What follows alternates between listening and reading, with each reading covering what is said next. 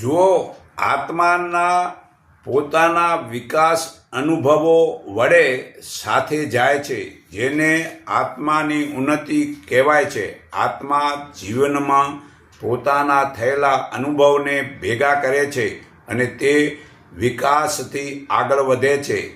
તે જ્યારે ફરીથી જન્મ લે છે ત્યારે નવી જિંદગીમાં આગળના જૂના અનુભવો તથા પોતાનું કર્મ મનોમય કોષ અને પ્રાણમય કોષની સાથે લેતો જાય છે. તમે જો કંઈ પણ ન કરો તો તમને કોઈ પણ અનુભવ થઈ શકશે નહીં.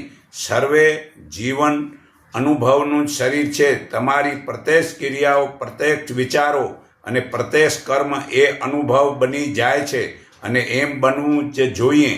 જે સ્વાભાવિક રીતે જ કર્મ એ અનુભવનું શરીર છે. આધ્યાત્મિક પૂર્વજન્મ એટલે કે પહેલાંના કુટુંબી સંબંધો અને સજ્જનોનો સતત ત્યાગ અને દરેક ક્ષણે આપણે નવું જ જીવન જીવવાની શરૂઆત કરતા હોઈએ એ રીતે જીવન જીવવાની શરૂઆત કરવી. અને જેને કર્મ કહેવાય છે તેમાં ભૂતકાળના આપણા કર્મોમાંથી મુક્ત થવું. બીજું કે પ્રકૃતિના કારણના સંબંધથી સ્વતંત્ર થવું.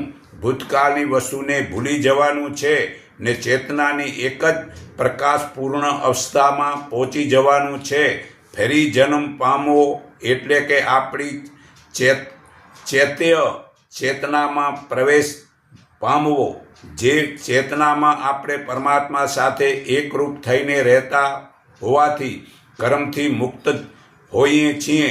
પૂર્વજન્મ આધ્યાત્મિક ઉત્ક્રાંતિ માટેની તક છે, એક સાધક છે એવી સમજણ જો આપણને પ્રાપ્ત થઈ જાય તો પછી પ્રત્યેક સવાલનો ઉત્તર મળી જાય છે. પણ જીવન એક યાંત્રિક પુનરાવર્તન નહીં, પણ એક અર્થપૂર્ણ આરોપણની પ્રક્રિયા બની જાય છે.